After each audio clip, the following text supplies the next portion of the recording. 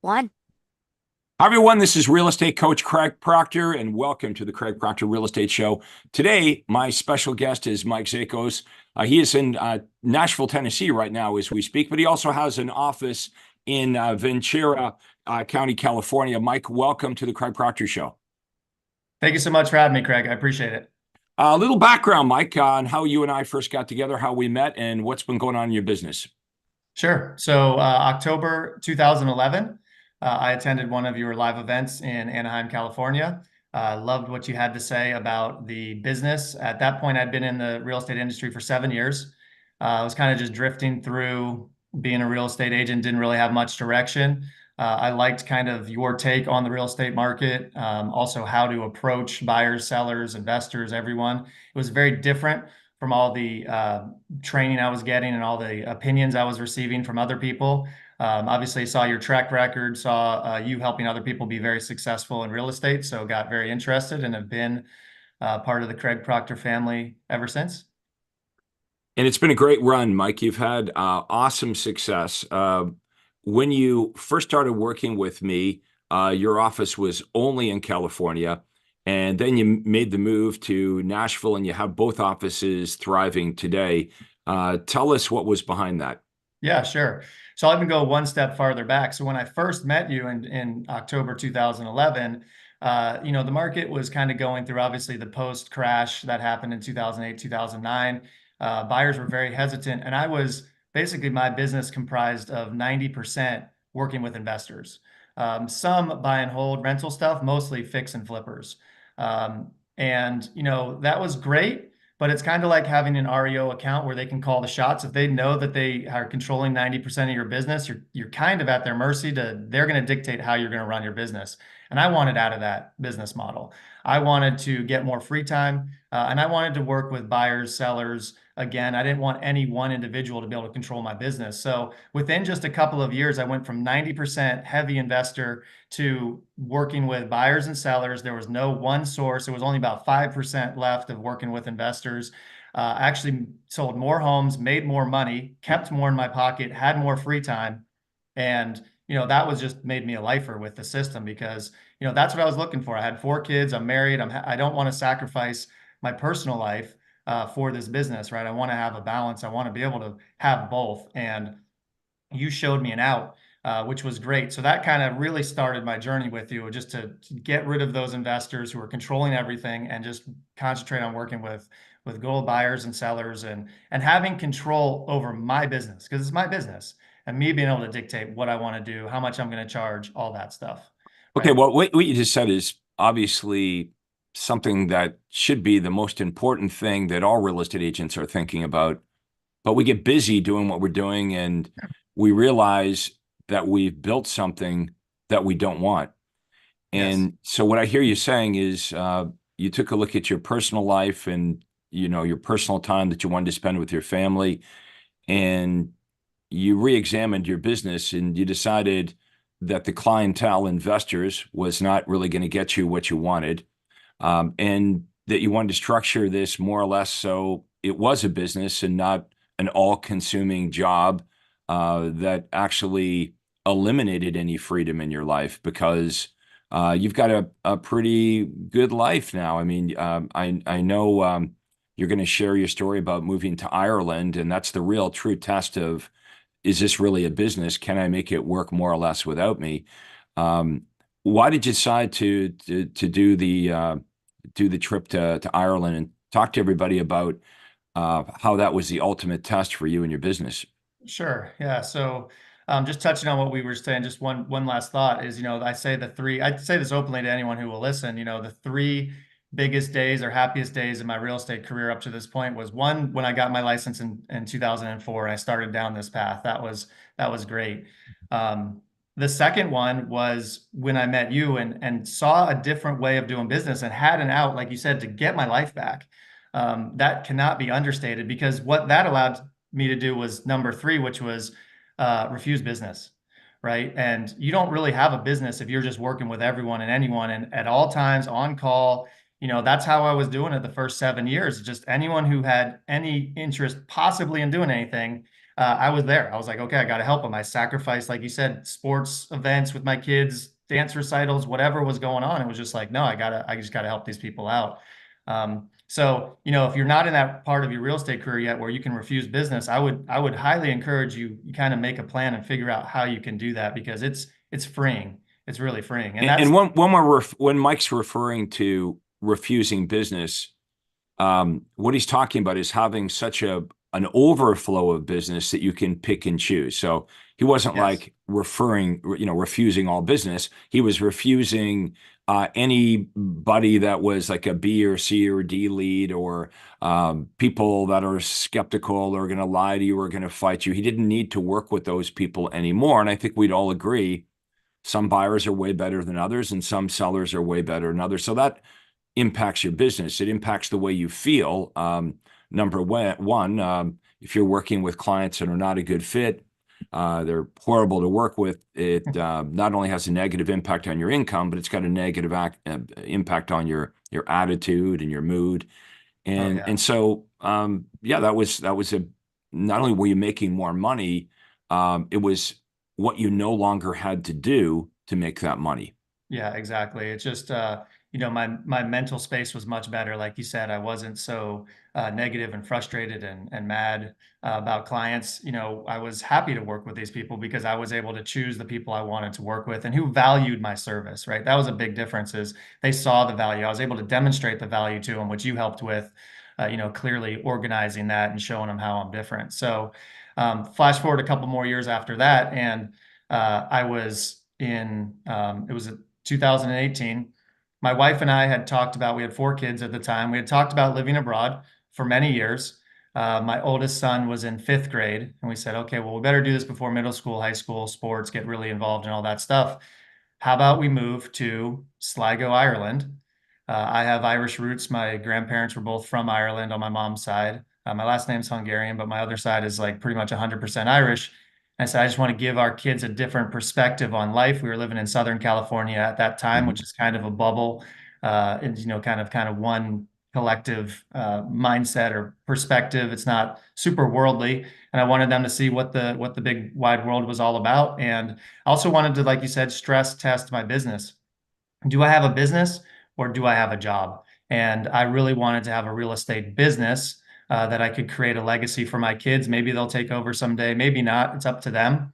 But again, I wanted to see where we were in my business at that time. Now, think back to 2018, right? We're doing Zoom right now. This is like 2024. Zoom is, everyone knows Zoom, right? Even my grandma can jump on there. But at that time, Zoom wasn't really a thing. So I was running my business from a VoIP phone, so just voice over IP phone, Slack, and a couple and emails basically. So I couldn't go on buyer appointments, I couldn't go on seller appointments, I couldn't even do one-on-ones with my agents, and it really stress tested my business. But the great thing is, it not only survived, it thrived.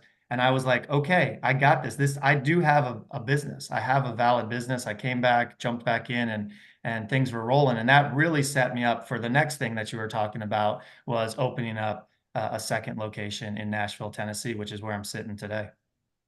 All right. So everyone watching this, what do you think of that? Of being able to transform your job as a real estate agent into a business where you've got some agents that are partnering up with you, and eventually you train them to do most of or all of the work. Obviously, when Mike was in Ireland, he couldn't be involved in actually doing any of it, but he could oversee it. And that's the same thing that happened to me. After I had my business built up, I was able to move to Florida, live on an island. My kids went to school there. We did that for 3 years, while my business up north continued to do 400 or 500 transactions. Now, I was not a broker owner, never owned my own brokerage. I was just an agent working in the Remax office. So what really attracted me to this idea of being able to slowly replace myself with other people is the idea of how many homes could I sell if it had nothing to do with me, right? That was sort of what drove me. It's like, okay, I know how to sell a lot of houses working 80 hours a week. I knew how to do that. But slowly, over the years, I was able to attract and train, and it's very difficult for most real estate agents to delegate because, we're control freaks and no one's going to do it like us. And what I learned is we actually can get people that will do it better than us. And so if you're watching this right now and you're thinking, does it get any better? Or am I going to have to to be successful? Do I have to keep trading my time for money? Well, that's exactly what Mike and I thought when we first got into the business, right? That's the paradigm. That's how we were raised, which Mhm. is you want to make more money, you got to work harder. Yep. And so Mike, both you and I did that when we got in the business. We how did we make more? Well, you work 50 hours a week instead of 40. How do you do better than that? You work 60 hours a week instead of 50. But at some point, you can't give any more, nor do you want to, especially when you get married and you have kids and you have other things you want to do. This is why 80% of real estate agents don't make it to their fifth anniversary, because they can do the sprint and they can work hard, but they burn out on it.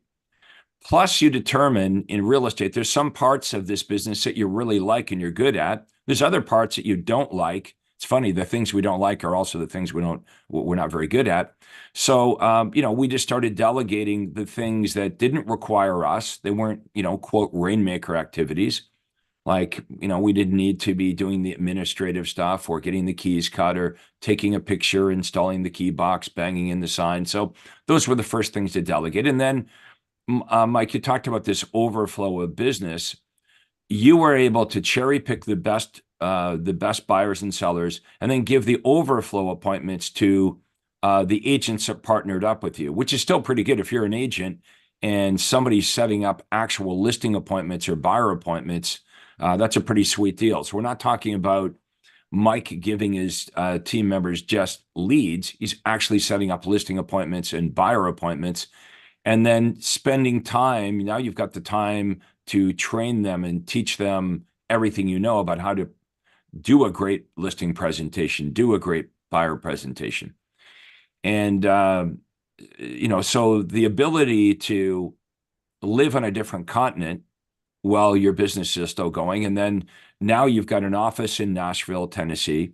You've got your original office in Ventura County, California. Theoretically, you could just keep expanding this and build it in as many places as you'd like to do it.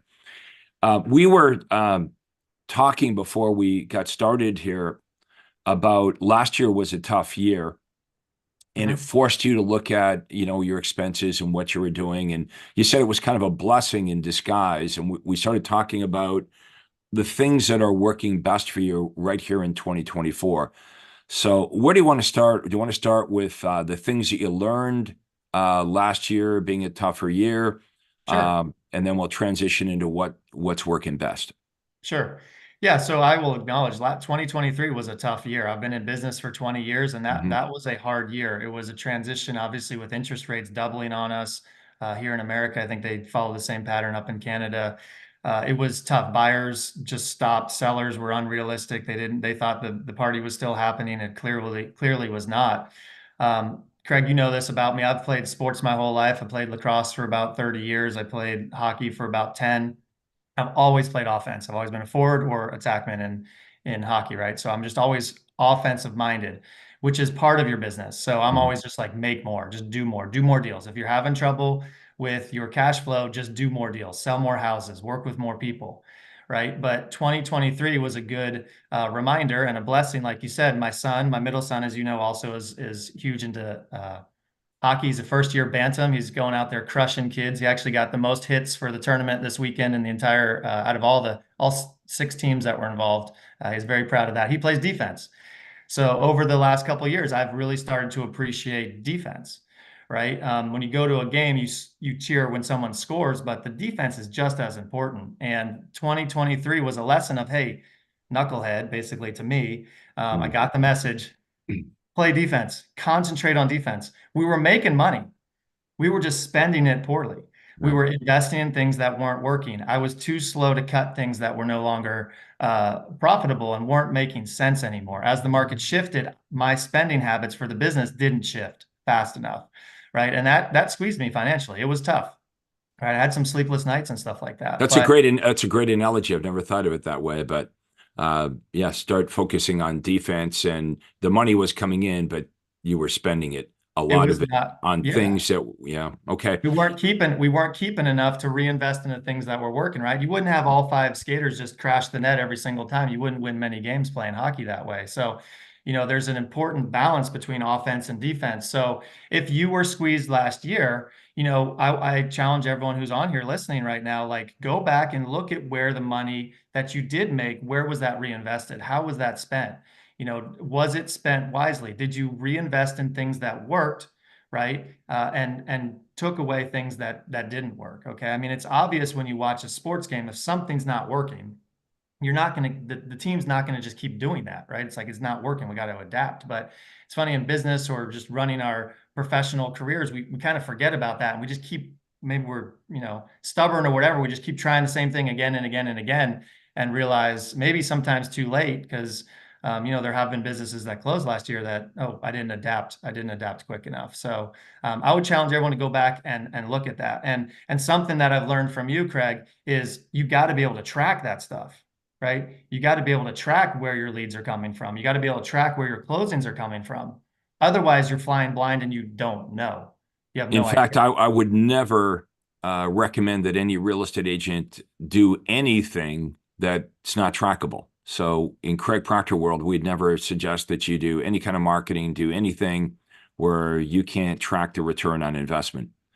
And I think there probably are some realtors watching this that are guilty of sticking with a plan that's not working. Mhm. It's obvious when we look at it and we say, well, that doesn't make sense. But um, people have a tendency to stick with thoughts and ideas, and they become sort of married to those ideas, especially the longer they do it. And if anything, the last couple of years has taught us is you have to be willing to adapt and look at everything and try to learn from other people, which is our goal here today. And Mike is saying, hey, I made some mistakes last year. Here's how I've adapted and I've learned. And Mike's been, an unbelievable Craig Proctor student and member for a long, long time. And we're all still learning today. Um, let's talk about some of Absolutely. the things that are really working well for you here in 2024. Sure. So a great way to jumpstart your business and get closings now, okay, and this might be a little controversial with everything going on, is focus on buyers, right? So when I started my business in Nashville, okay, so I lived in Ventura County, California, in Ventura, right? Was moving to Nashville, Tennessee. I didn't know anyone. I didn't have a built-in network. I didn't have a bunch of people I could just like call up and start selling houses to, listing houses, anything like that. But since I had a system and a business in California, I was like, I'm going to duplicate that. Okay, so what's the fastest way for us to get business when we say, boom, let's start the business in Tennessee? It was focusing on buyers, right? Typically, over the 20 years, I've found that buyers are cheaper and easier to find, right, with your Hmm. ads, and they're typically closer in the cycle. So you can find buyers who are ready to buy something this weekend. Right? Sellers typically are not ready to list their house this weekend, right? So there's a little bit longer of a sales cycle. Now we're going to focus on sellers also, and we're going to come back to that topic here a little bit later, but let's focus on buyers for a minute. So we started running ads to attract buyers. And what I did is what I'd learned through the Craig Proctor system is I ran hot list ads. So a hot list of homes. But first, a very important thing that I'm going to challenge again everyone on this podcast to really determine who do you want to work with, right? This goes back to what we said about cherry picking the people, the best people. Don't try to attract just anyone. I would highly recommend you do not do that. I would recommend that you say, who do I like working with? Who gives me energy? Who do I really enjoy and I'm passionate about helping? And attract those people and run ads specifically targeting them. Don't try to be everything to everyone out there and just attract any old buyer that'll come along, because that's the way where we were talking about you get burnout. You're right. You're going to get a bunch of people you don't really want to work with, but you have to work with. And that's a tough spot. So first, clearly define who you want to work with and who you would enjoy helping. You know, I would think that most real estate agents don't understand they've really got the power to call out to the very types of prospects they'd most want to work with. And the reason I say that is, Mike, when we've had these conversations with newer agents who are not, involved with Craig Proctor, and we ask them that question, we say, well, who would you really like to work with? They kind of look at us and say, well, anybody that wants to buy or sell a house. They don't actually Yep. believe that they get to choose. They don't understand how they would be able to go into the marketplace with a very defined message and call out to the types of buyers and sellers that they most want to work with. So that is a good first step. Who is it that would be most profitable for you? Okay. Do you want to work with first-time buyers, move-up buyers, luxury home buyers? Maybe you don't want to work with buyers at all. You want to work with sellers. And that breaks out. We've got different geographical areas, different price ranges. So give us some examples of Sure. how you would use advertising to call out to a certain segment of the audience, and maybe even explain why you would want to attract that segment, like why this type of prospect over all the rest of the prospects, and then how would you go in and do that? Sure. So by setting up hot list ads, so my ideal client is a buyer with a house to sell, right? So we can come back to that in a second. But out in Nashville, there's a lot of new construction happening. In California, not as much. There's some, but not as much. So out here in Nashville, I love working with new construction buyers, right? So you can advertise hot list of new construction homes under a certain price point in a certain area that you want to serve. So I could say Nashville brand new homes under 500,000 free list, right? Free hot list. Now, okay, I know there's some people skeptical on there going, well, people can just find that. Not really. New construction homes aren't always in the MLS. Oftentimes they're not. It's not super easy to track down all the new construction happening in your area as the consumer. Now, as a real estate professional, I should be able to track all that stuff down and be able to provide that. But as a consumer, it's not super easy. If I jump on Zillow, Redfin, not all the new construction homes are on there, right? Another thing I'm hearing from buyers is they're confusing. All those sites are not the same. They're not showing the same information. Right now, we could pull up probably any address, and if we looked at Realtor, Zillow, Redfin, a bunch of other major sites out there, there would be different prices potentially and different statuses for that exact same house. And I show buyers this again and again. Buyers are kind of getting sick of having to sift and sort all the information themselves. And I'm seeing a trend of people kind of coming back to, hey, you know what? I want a professional to do this for me, right? And that is something we're seeing happening quite a bit. So I know there's probably skeptics out there going, well, they can just find all this information on their own. No, they can't. They can't. Well, if you were to offer, the five most popular floor plans from the top three builders in Nashville, it's not that, well, first of all, the prospect isn't really sure of who the top builders are, but you're making it easy. You're making it convenient for them to find this information. It's not, let's just say it's not something that the buyer can easily go online or Google and find that. So Right. that's sort of the test, is we want to offer something that's, if not impossible, at least difficult for the buyer to acquire that information on their own. And then we're making it really easy by sending it out to them. And by the way, the prospects that respond to our new construction ads are good prospects. They have good credit. They typically have a house to sell, and Mike's like all about that, right? Because we're going to get a listing. Yep. And here's something we've determined. About half of the buyers that respond to our new construction campaigns end up buying a resale home anyway. Yep. So, and then you're going to get their listing. So think of the new construction campaigns that we offer is just a great way. It's just something that buyers are interested in. And before somebody lists their house for sale, right, they're a buyer first.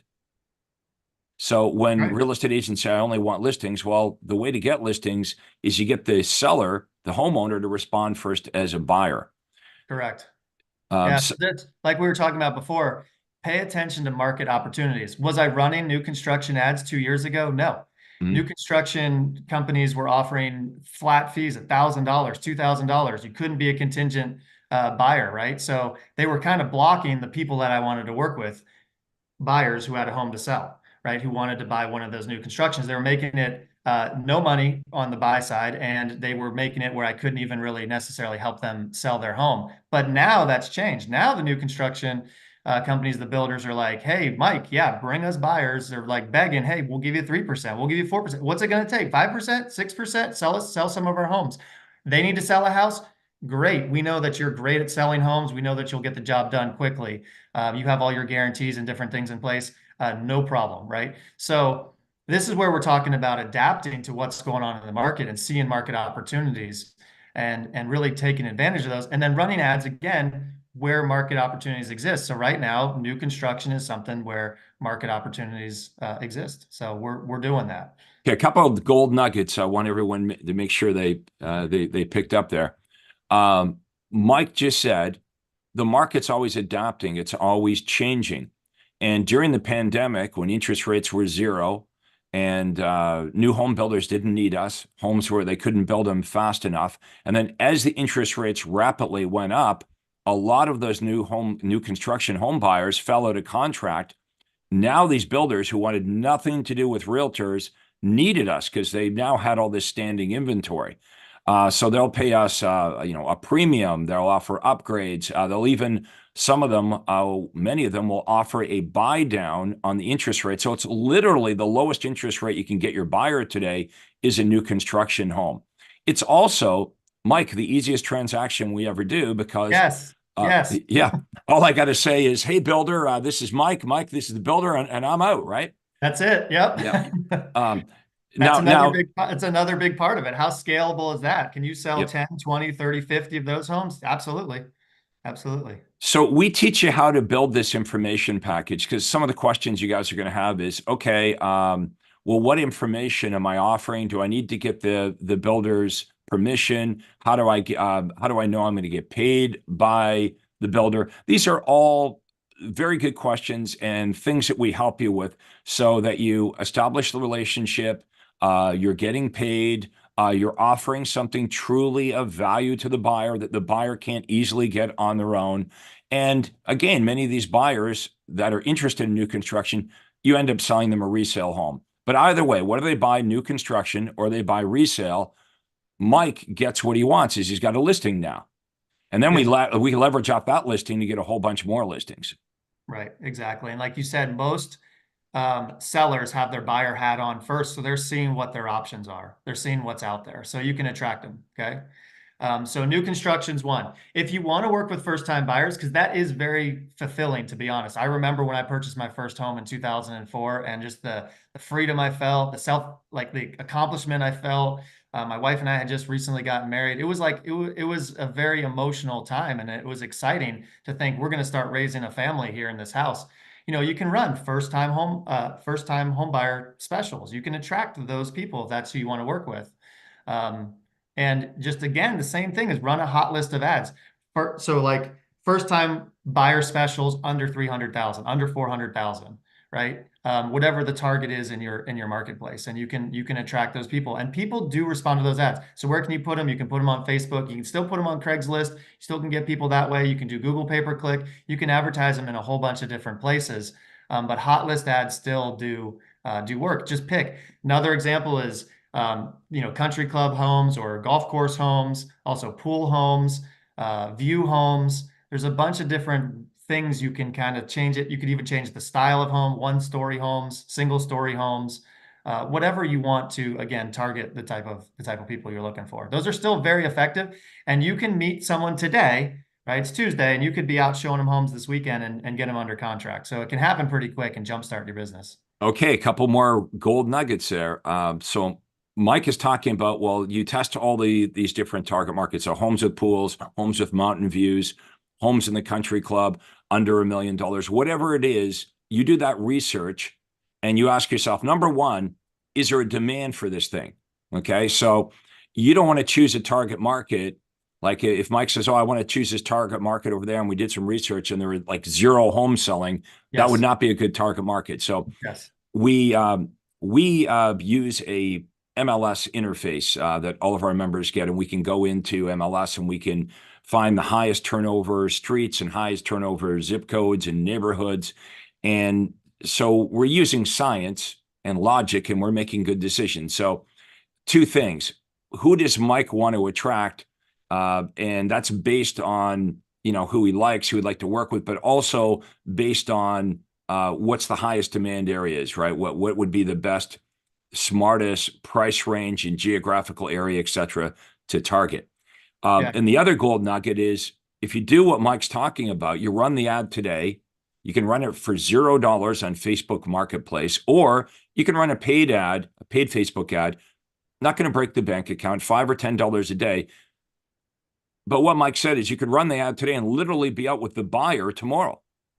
Mm-hmm. And everything's tracked. So when Mike said, I could test this ad or that ad or this ad, that's exactly what he does.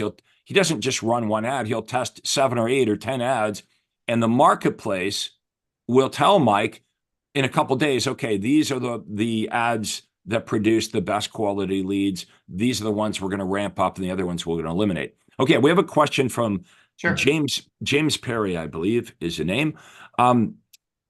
He's asking, how do I find lists of new construction so I can advertise them? So where would I get these lists of properties? Yeah, sure. So it's going to take some digging, right? So you're going to basically be the conduit of getting all the information you can find on Google. Like we've created a database basically of that, and we've put it on a map. But you're going to have to do that. Drive around is another great way to do it, right? Sometimes builders don't even have the greatest presence, but if you want to be the area expert, you want to be a true professional selling homes, you got to put in some work. So I would start with Google, see what you can find on that. All the builders are going to be competing with each other, right? So they're going to try to be up there, in the Google search results. But then drive around, stop by the sales office, say, hey, what do you have available? Who's your contact information? How often do you release the new phases? How often do you tell me what inventory you have? I'm happy to help sell your homes. And it takes some legwork. So it took us several weeks, months to put that all together. It takes maintenance, right? Because they're constantly changing what they're doing, what incentives, like Craig was talking about, they're willing to offer, what floor plans are still available, what homes have already sold, what homes fall out. That's always a good thing too, because sometimes the downside of new construction and what Craig was saying before, sometimes people buy resale is because they can't wait, right? I can't wait until October to get a house, Craig. But if I know about homes that fell out and you can close next month and it's a brand new home that no one's ever lived in, that makes me super valuable. That is very hard information to find from a buyer's perspective. I'm just That's right. You're a very valuable asset to the buyer at this point. And you mentioned doing a little bit of work. Well, that's why this is a great offer, because if the answer to the question was, well, how do I find these new construction homes? If it was easy, you could just Google them. Well, then the buyer wouldn't need you, right? Because the buyer has Google as well. They could just Google new construction homes and it would come up. So, I'd recommend drive around town. We have a website, by the way, that tells you where all the builders are. But you drive around, you go in and say, first of all, are you going to pay me? If I saw what you've got, are you going to pay me? Yeah. Because Yeah. I don't really care what your most popular models are. You're not going to compensate me. So that's the first question. If I bring a buyer, how do you compensate me? How do I register them? Do I have to bring them physically over the threshold, or can I just email you my buyer's information? You want to do the latter, obviously. And you ask for the sales manager, not the sales people in the office, but the sales manager, preferably the builder. Yeah. Right? Because the salespeople might not even want your competition. They want to keep all the commission themselves. But you talk to the sales manager and you say, hey, if I bring a buyer, will you compensate me? Great. What are your 5 most popular models? Can I have the floor plans? What lots are available? Give me the lot plans. As much information as you can gather. So when a buyer contacts you, you can send them all this information from the different builders. It will be overwhelming because there's all these different builders and so that's why they need you. We want them to understand there's lots of choices. There's lots to know about this. Now, we can do this approach, or we can do what every other agent does, which is, this is what the average agent says to a buyer. Hey, Mike, if you work with me, first of all, I've been in town here for 17 years. I really work hard. I'm a great negotiator. And I would, if you work with me, I'll email you all the houses that are on the internet. Not a lot of value there, right? Right. Because Mike's like, well, I have the internet. I'd rather just, and I think we agree, most buyers, most people in general would rather do as much research as they can before they deal with the salesperson. Yeah, absolutely. The analogy I use is, if you're looking to buy a car, where are you gonna call the dealership and talk to a salesperson? Not in the beginning. Mm-mm. Many of us don't want to do that at all. You're going to do research, right? By the time, Mike, you get into the dealership, you know more about the car probably than the salesperson. You know all Yeah. the colors it comes in, right? And we're always questioning, when we walk into a car dealership, okay, Mike knows what he's looking for, but is the salesperson going to try to sell you just what they have in inventory? Or are they going to push you to what makes them the most amount of money? Are they not going to tell you about other vehicles they could get from another dealership that would actually be better for you, but they make less money? So buyers have all these doubts about car salespeople, maybe even travel agents, right? It's like a lot of people like, I'll just book my own flight. It's the same reluctance with real estate salespeople. So the first step that all buyers take is they go online. And that's why we teach you've got to have a good online presence. People can't call you if they don't know who you are or what you do. And if you're not making any offers that cause them to be interested enough to raise their hand.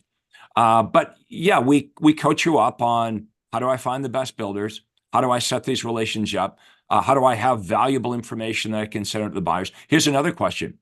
Well, gee, Mike and Craig, if I offer information on new construction to the buyer, wouldn't the buyer just take my information and go around me and go directly to the builder? No, we show you how to protect yourself so that doesn't happen. So yeah, there's steps to this, but that's why we do coaching. Mike, how many years have you been involved with Craig Proctor coaching? Yeah, since 2011. So it's going on 13 years. So this Thir- October will be 13 years. Yeah.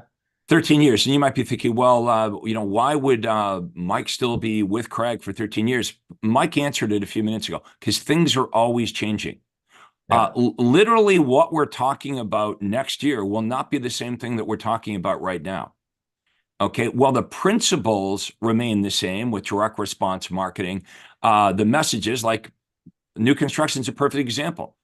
During the pandemic, builders wanted nothing to do with us. It was not a good opportunity at all. And now it's a great opportunity. So this is why you want to have a coach that knows what's happening in the marketplace, that actually has sold 10,000 homes, versus a lot of these guys that have not actually been involved in being successful with leveraging their business and making a lot of money and helping other people make a lot of money. Okay, we have another question Thank here. you. Thank you, Craig, for just saying I wasn't a slow learner. That's why I'm still Well, studying. yeah, yeah. Well, I think you're obviously a very No, smart learner. it's constantly, you're right. It's constantly adapting. And as you're pulling up the question, you said a gold nugget that I want to make sure that everyone really paid attention to. It kind of circles back to what we said before about cherry picking the best people to work with. I'm not trying to sell every new construction home in Nashville. I'll just be very clear about that, right? Like, I'm going to have conversations with the developers, with the builders. Are you willing to work with me or not? And if they're not, some are still feisty and like, we don't need you. It's like, great, I will not go sell your homes. But a lot of them now are like, oh, Mike, yes, please sell my homes, right? And speaking from the salespeople's standpoint, they have quotas. They have numbers they have to hit, Craig. And they're like, Mike, please. They're calling me, they're texting me. Who can you bring by this week? Who can you show the home to? They get a little bit more if they represent the buyer, bring the buyer, and there's no, but it's not a ton. And the bigger thing is they've got quotas, and if they don't sell the number of homes per month, they lose their job. So they're more focused on that right now, and they're more than happy to work with me. And they're telling me constantly what's going on with their inventory, what homes they have to still sell. So those are the people I'm going to work with. And you know what they'll let you do? And this is another great thing.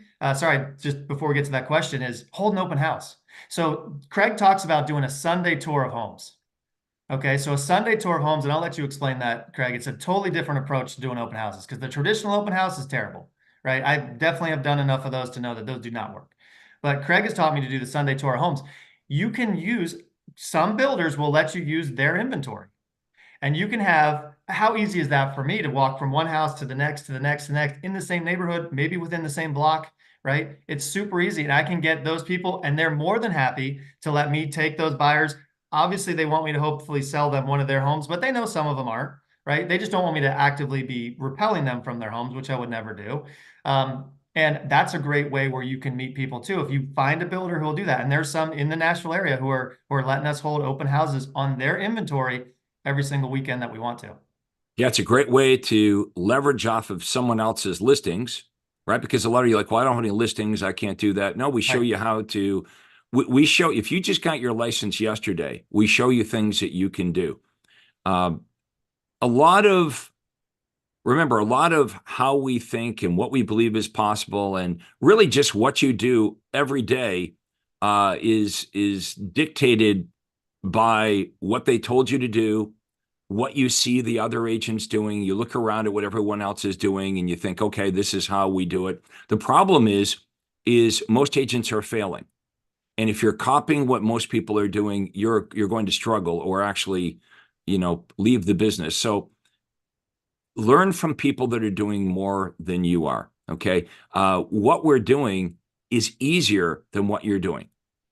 Okay. It is easier to sell 500 homes a year than it is to sell 50 homes a year when you understand how to leverage yourself and have systems and people and technology doing the heavy lifting.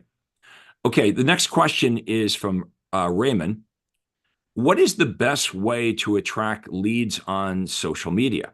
So, Mike, what kind of Sure. things do you do on social media to attract great leads? Sure. So I want to start this with kind of a thought provoking thing for everyone listening right now. So we're talking about building a business, and obviously I stress test my business by leaving Ireland and all that stuff. And I get that that's like most people listening are like, yeah, I'm never going to do that stuff. Like that's neat to hear that you can do that, but I'm not going to do it. Right. And some people listening are like, I don't even want a team. I don't want to deal with people. I don't want to manage people. I don't want to do any of that stuff.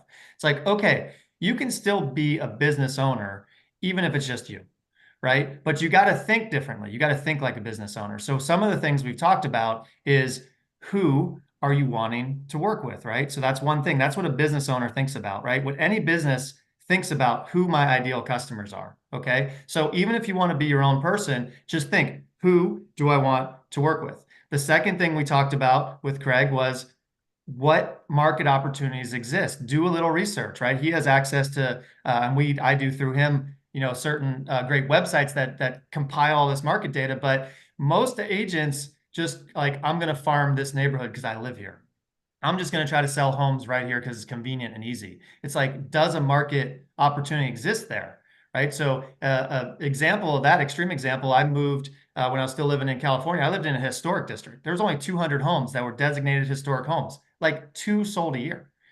One of my neighbors was the area expert. She gave me candy for Halloween. She gave me a pumpkin for Thanksgiving. She gave me a candy cane for Christmas. Everyone knew her. I even would joke and say, I'm going to use her to sell my house when I'm going to move because I get so much stuff from her. She was chasing two homes a year selling. She lived in the neighborhood. She knew all the ins and outs of the historic district and stuff like that. And it's like, that's not a very big market opportunity. Okay. Then when things shifted in 2008, 2009, 2010, and now all those home sales were dominated by REOs, she went out of business because there wasn't a big enough market opportunity in the pond she was fishing in, right? Had she expanded that by maybe 6 to 10 blocks on either side and included some other neighborhoods, there was enough turnover, right? So then the third part to this of running a business and thinking like a business owner is, what do people want? And this is getting to your question. So it's saying, okay, what ads do I run on social media? You got to think like a business owner. What does a buyer want? Give them what they want. What does a seller want? Advertise what they want. But what we see too often in the real estate industry, and Craig destroyed my paradigm on that, is image advertising. People put me, I put my kids, I put me fishing, I put me with my dog, I put me Mm. people don't care about that. What does a buyer want? Homes. They want the best access to homes that they can get. So advertise that and advertise good homes. Advertise homes people want, not just the homes you have. Because we all Okay, know, that's a biggie right there. yeah, Did everyone get that nugget? Advertise homes that people want, not just what you have in inventory. Mike, when you and I got our license, and this is for everyone watching this, yeah, this is what they told us. They said, Mike and Craig, you're real estate agents. Welcome to the real estate industry. And pretty much they told us to advertise two things. Number one, they said, Mike and Craig, advertise yourself. So we all get caught up in that, right? I'm going to work hard. I really want your business. You can trust me. I have lots of Yeah. integrity. I've lived in this town for 17 years. And we know that that awareness or image type advertising doesn't work. And I'll prove it to all of you. How many of you have done that kind of advertising? So everybody knows you. How many of you have had a friend or family member list or buy with another agent? They knew who you were, right? They knew who you were. So obviously, just getting people to know who you are isn't the game, right? Because you already know a lot of people that didn't use you. Some of these people you knew quite well. So on top of people knowing who you are, there has to be a benefit attached to your identity. So people in Mike's marketplace, okay, in Nashville and in Ventura County know Mike's a real estate agent, but attached to his identity are very unique advantages. So the prospects understand not only who Mike is, but what makes him different and better than the other agents. And this is truly what we coach you up on. Now, back to the two things they told us to advertise, all of you. Advertise yourself. We just talked about why that doesn't work. What's the other thing they tell us to do? Advertise your listings. Now, this is what I realized very early in the game. So I get a listing. It's a 2-bedroom home on a corner lot with an in-ground pool. And the calls that come in, the ad calls and sign calls, immediately, I'm trying to do a good job, explain about this listing I have, all the benefits of living here. But the home is immediately eliminated because a 2-bedroom home is too small. Some people don't want to live in a corner lot, and some people don't want an in-ground swimming pool. So I'm advertising what I have. Now, hear me on this. What Mike's talking about is promoting, advertising what people want. Instead of advertising what you have, you should be advertising what it is that buyers want. Does everybody get that distinction? So you might not have in your personal inventory what it is that buyers want, but I didn't know that. So I spent all my time and my energy trying to sell this 2-bedroom home that nobody wanted when I could have taken that time and that resources and just searched through the marketplace and said, well, this is not what people want at all. Over in this neighborhood, Glenaway Estates, these golf course homes, they're in high demand. I'm going to offer a list of those, even though I don't personally have any. Now, if you feel you need to have permission, or you can borrow a listing from another agent in your office if you feel compelled to do that, right? Because we have some, well, we're not allowed to do that. It has to be one of our listings. No, if you have permission from another agent in your office to advertise it, you can advertise it. So start focusing on what should I be advertising that makes sense, that's going to attract me the most amount of buyers versus don't be handicapped by what you have. Okay. Don't feel like, well, I'm limited to what I have. And for a lot of you have no listings, right? So that's another, well, how do I do this? I don't have any listings. I don't have anything I can advertise. You're almost better not to have any listings because then you're going to do what we're talking about here. You're going to say, okay, well, I don't have any listings, or I got these crummy listings. Let's forget about what I have. That's the problem. Maybe what you have is the problem. What you want are buyers. Okay, so the opportunity is offering what the buyers want to get them to call you. Now, these buyers, many of them are going to have a house to sell.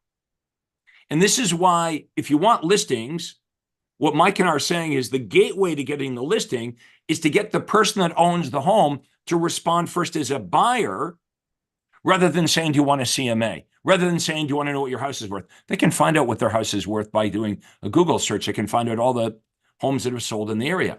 So the easiest way to get listings is to get the homeowner who hasn't yet listed their home to respond as a buyer. Why? Because that's the natural thing that people do.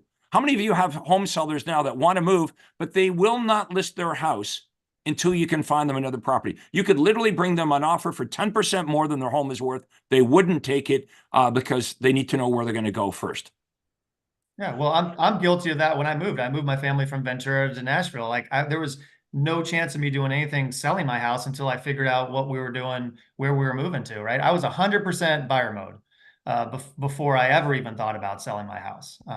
So that's what most people who are thinking about making a move are going to do. They're going to put their buyer hat on first. Now, the great thing about that, Craig, is if you demonstrate value, you do a good job, you build rapport, you do everything you say you're going to do, helping them on the buyer side, you're getting the listing. there's no competition. Where you were saying if you're running home evaluation ads and all these other things, well, great, you got 7 other people interviewing and you're like in the grind. And then what most people default to is just promise the highest price, the lowest commission, and you're stuck in that thing. Where if you demonstrate your value, you do a good job on the buyer side, then you can almost set your own fees. You have no competition. They trust you. They're just like, sure, Mike, whatever we got to do to get the house sold. You did an awesome job finding us our perfect home.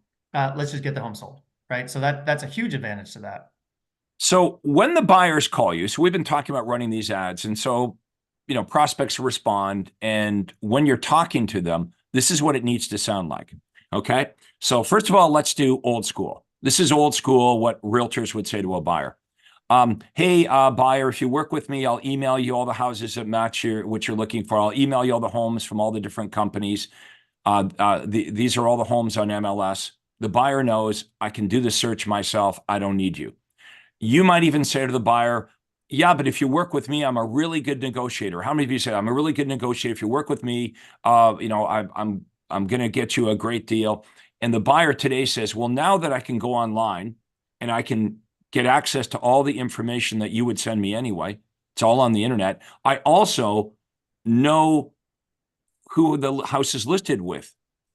And I know you say you're a good negotiator, but I think the buyer says, I think I might be able to negotiate better by just going directly to the listing agent and completely going around you. So what do you say to that? What do you say when the buyers, and most of the time the buyers, they don't actually say that. They just say, no, thank you. I'm good. I'm not interested. But this is what buyers are thinking, right? They know that if all you're doing is emailing them the daily updates from the MLS, it's something they can do themselves. There's many websites, and some of the public websites give them actually more information that you would offer them as a buyer. They're better. Okay, I'm a great negotiator. Nope, I'll just go to the listing agent. I'm good. How about this offer instead? Here's your new offer. Instead of just saying, I'm going to get you access to all the homes on the internet, you're going to say this. Hey, Mike, I can get you access to all the homes on MLS from all the different companies. I can get you priority access to that. But I can also get you access to unlisted and off-market homes that are not available to the open public. Would you like to get information on those as well? Now, what are your comments on that, folks? I can also get you access to new construction homes and the 5 most popular models from the 3 top builders here in Nashville. I also can get you information to distress sales and bank foreclosures. Now, I know what many of you are saying is, well, how would I do that? Well, we know how to do it. So just assume that, yes, we know what we're talking about. The question is would that be better for you to offer that to buyers? Would buyers sit up and pay attention rather than just kind of blow you off and say, yeah, I'm good, I'm not interested, or I didn't respond to that, someone was playing with my phone? The key today is getting the prospects to call you, right? Because you can't reach them on the phone. How many of you have found that? It's extremely difficult to get, if you're buying leads from Zillow or whatever, first of all, they're not even real leads. It's scraped information. You have to call 100 Zillow leads to get 4 or 5 people to answer the phone, and then they blow you off. Like, you don't even know what you're talking about, right? Would it be better if you did what we're suggesting here and you could get buyers calling you, and when the buyer calls you, you have something better to say. You have a better offer. And believe me, once you have an offer they want, now they're interested in meeting with you. What you're saying to them, if what you're offering them sounds pretty much to the buyer like, well, that's just stuff I can do myself, or that's the same thing that's being offered by all the other agents, then you got a problem. So you got to have the right offer in the marketing, right? The ad has to be calling out, as Mike has said, that piece of the market that is active and people you want to work with. Those 2 things. You can't have one without the other. Like, if it was an active area, an active neighborhood or price range in Nashville, but Mike hated working with those type of clients, he wouldn't do that. He's looking for that sweet spot. Like, where is the money to be made here in Nashville? What price range, what type of home, new construction, resale, and it's going to attract what I want. which, as Mike said, it's somebody that's buying a home that has a house to sell. They're a move-up buyer. Okay, so what is that answer for you? What is your ideal target market? And we help you with that. If you guys are interested in knowing more about this, you can book a call with my team. If someone could type into the comments below, proctorcall.com, so my name, proctorcall.com, we would walk you through this process. Because you've been paying attention, these are the questions you're going to have. First of all, is this real? We got lots of proof. There's Mike Szakos is all over the United States and Canada, Craig Proctor members for 10, 15, 20 years that are doing what we're talking about today. So does this work? And then more importantly, how would this work for you? Right? How would you determine in your marketplace what the best opportunities are? Great. Now you know who you want to attract, what the best opportunities are. Now, what do the ads need to say? What's the offer need to say to get the buyer and seller prospects to call you? Well, you can still blow it if they call you and you don't know what to say, right? So we teach you how to qualify them, right? How to determine their motivation and timing, and how to offer something they truly want so badly that they're willing to do the thing they really don't want to do, which is to meet with a real estate salesperson. That's how good your offer, the words that come out of your mouth need to be. And if you do this, you start to get these results like Mike's getting where you got an overflow business. So proctorcall.com, it's free. By the way, what's the catch? Is it some big sales pitch? Nope. I didn't sell you anything here today. This is just good information, right? And how many of you would agree that Mike and I did a good presentation here today? This is vital. Mike agrees. I agree. I agree. Now, notice that Mike and I, we didn't call you, did we? We didn't call you and say, yeah, it's Mike and Craig. We're doing this live on Facebook, and it's going on YouTube. Do you guys want to join us? We didn't do that. Okay.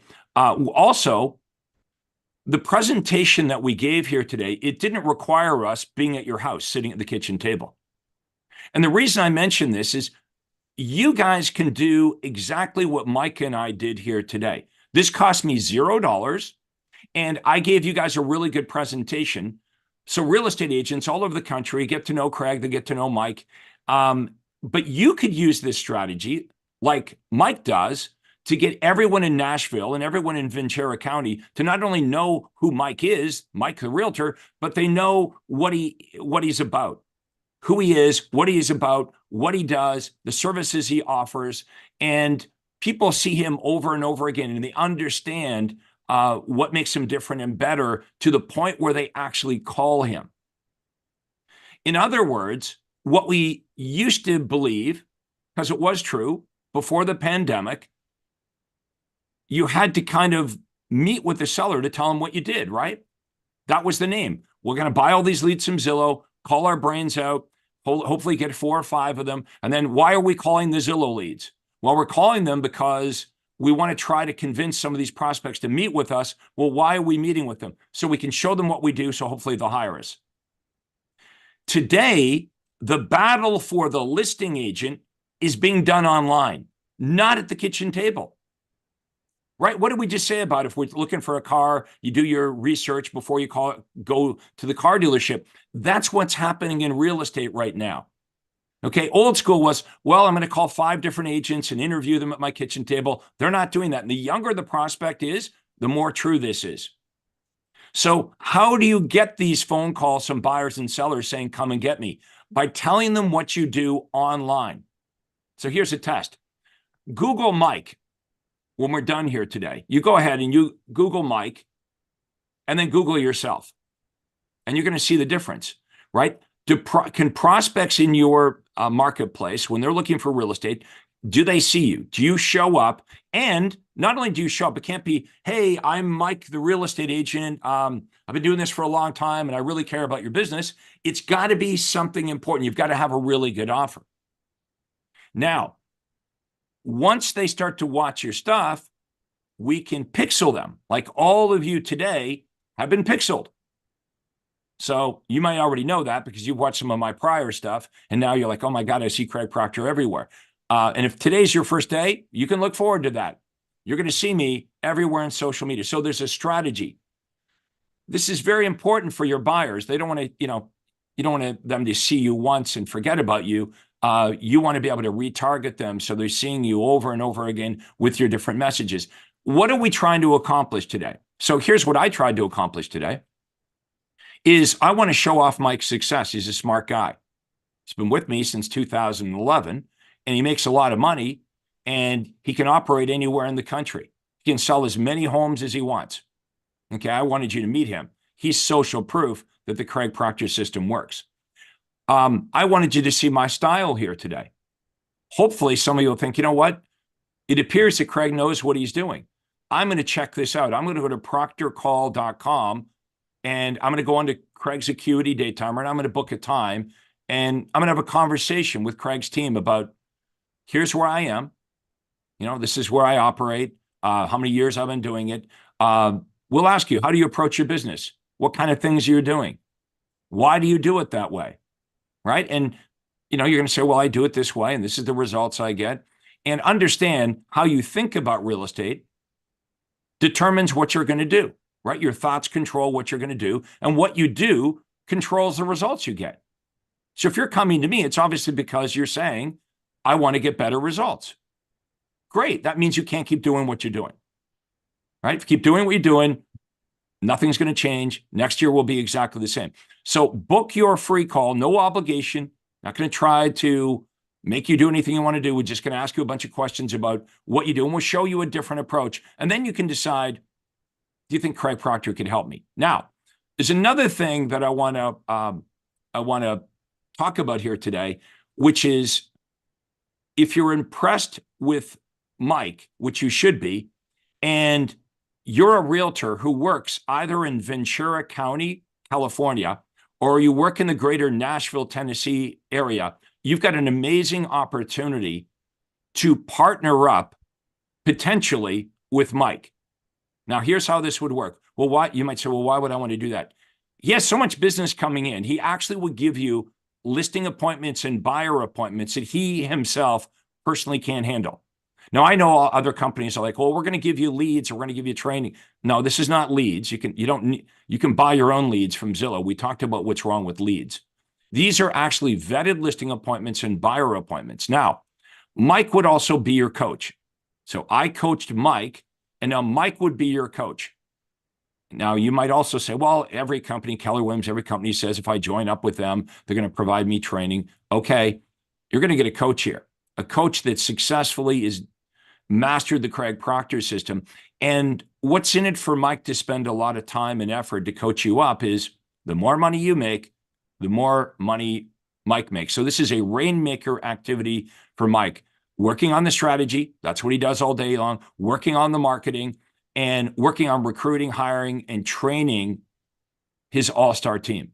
So Mike, how would they get information or reach out to you if they're interested in just talking to you a little bit more about what we've discussed here today, or about potentially working closer with you? Sure, no problem. So I have a pretty unique last name, so that's probably the easiest way to find me. So just write it down. It's Szakos. You can Google Mike Szakos or Team Szakos, put in California or Tennessee, wherever you're interested in. That'll get you all our contact information. You can go to our Google profile, give us a call, and I'm happy to talk to you. Just say, hey, I just heard you on the Craig Proctor podcast. I'd like to know more about what you do, how you can potentially help me out. And I'm happy to take those phone calls, whether we join forces or not, just to kind of let you know more. I know we've only had an hour here, and I'm trying to like talk about 13 years of life experience and experience with Craig. So I want people to be successful in real estate, whether that's with me or on their own. Like I really do. I'm very passionate about this industry. I love it. I think there's a better way to do it. I think we do bring a lot of value to the industry if we are true professionals. And I'm happy to have those conversations and see how I could help in any capacity. Of course, there's no cost or obligation or anything like that. I'm not going to pressure you or anything. And then as far as Craig, finding out, what he has to offer. I told you the 3 biggest days in my real estate career so far have been when I got my license in 2004, when I met Craig in 2011, because he changed forever the trajectory, not only of my business, but my life, my family, right? I am able to drop my kids off at school, pick them up when I want to, go to all of their events. I coach youth sports. We just started last night. It's about 15 hours a week that I'm putting into coaching youth sports because I'm super passionate about that. I'm right now coaching youth lacrosse. I'm able to do all that because of Craig and because of how Craig had got me to think about my business. Without him, I don't even know if I'd be in real estate, honestly, this long anymore. So, you're kind of at a crossroads. Like, what do you have to lose? Right? You can either listen to this podcast, jump off, maybe listen to a couple others and go about your way. And then 3 years from now, 5 years from now, maybe you'll be in the same place. Maybe you'll be more successful. Maybe you'll figure it out. Right? Or you could just take the time to talk to Craig and see what he could do to possibly get you to your dreams faster. Right? It's like he said, it's completely free. There's no obligation. Just see what he has to offer because it has forever changed my life. And Craig, I am forever thankful for that. I do from the bottom of my heart. You have created not only an amazing business life for me, but an amazing personal life. And I could not have done that without you and your help. So thank you for that. And I love to hear that. Obviously, this is exactly why I do what I do. Love to hear that. And I hope I can help some of you as well. So there is a reason why I've created more millionaire real estate agents than any other coach or trainer or guru out there. This is your opportunity to find out why and how it can help you. Go to proctorcall.com, book a day and a time if you can get one, because there's not many left. But check it out, proctorcall.com. Book off a half an hour. We do it by Zoom, and we'll answer all your questions about this and show you how this could work for you. So we're out of time. Mike, I want to thank you so much for doing this. We'll get you back again later this year and get an update on how business is going. And I want to thank everybody for watching this episode of the Craig Proctor Real Estate Show. We'll see everybody next time. Thank you.